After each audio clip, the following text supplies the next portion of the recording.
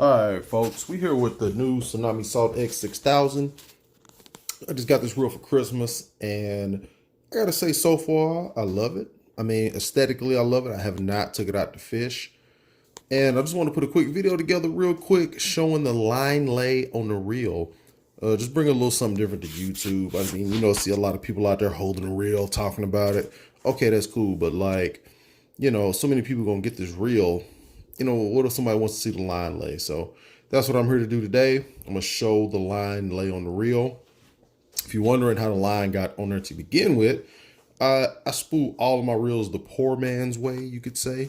I get the screwdriver to spool the line, and I got an old rug that my wife was gonna throw away, and I come in my room, put the screwdriver through the hole in the spool, put my feet on it, press down my feet, and I start reeling the line onto the reel. So depending on, well, I can't say depending because I do it for all of them. I spool the whole spool up, and then I take it outside, and I take all the line off, and I reel it back on. And if you're wondering, well, why do you do that? It's a waste of time. I like on my spinning reels, the first 3/4 of the line to be packed as tight as possible, because most techniques I'm using to fish, I'm not ever going to get down to a certain part of that line. And if I do, great, but I want to get as much line on the reel as possible. And I don't like taking the reel to the shop and letting the guy spin it on with the machine. I don't feel like the line gets tight enough on the spool. So I opt to do it myself. Even my surf casting reels, conventional reels, I do the same thing.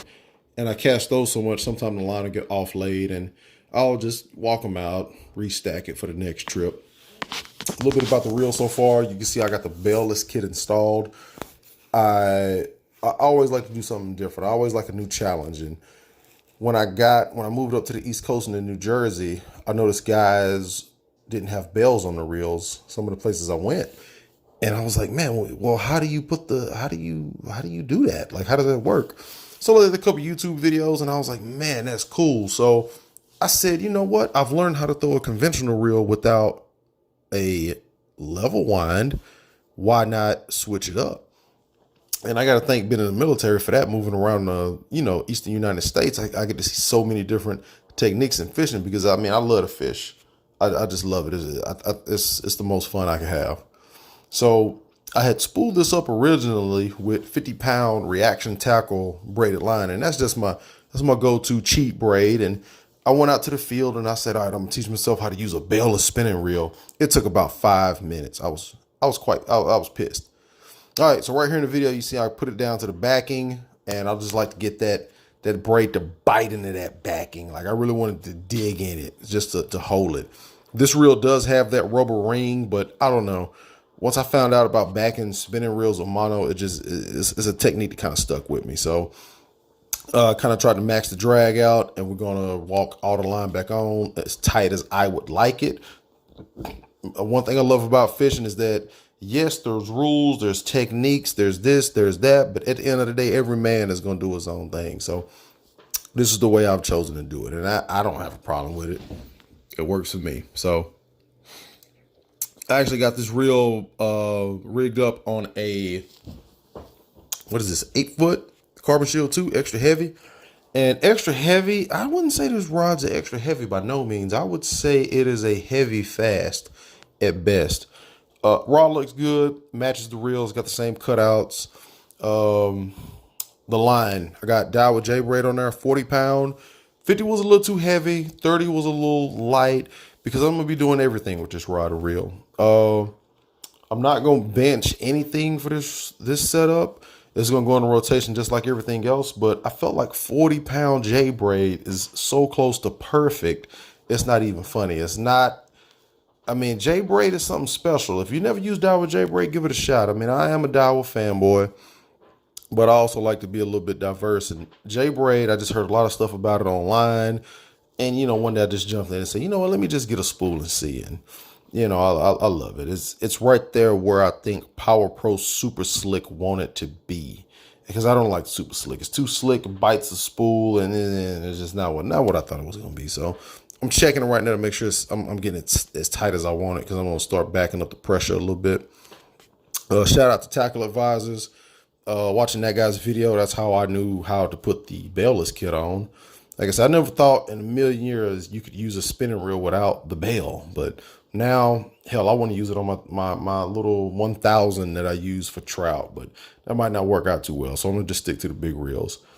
The reel's gonna take a beat down next season on piers, the beach. I'm up here in New Jersey, fish around Sandy Hook, the Keensburg Pier. I got to get my redemption. I had an epic fail over there.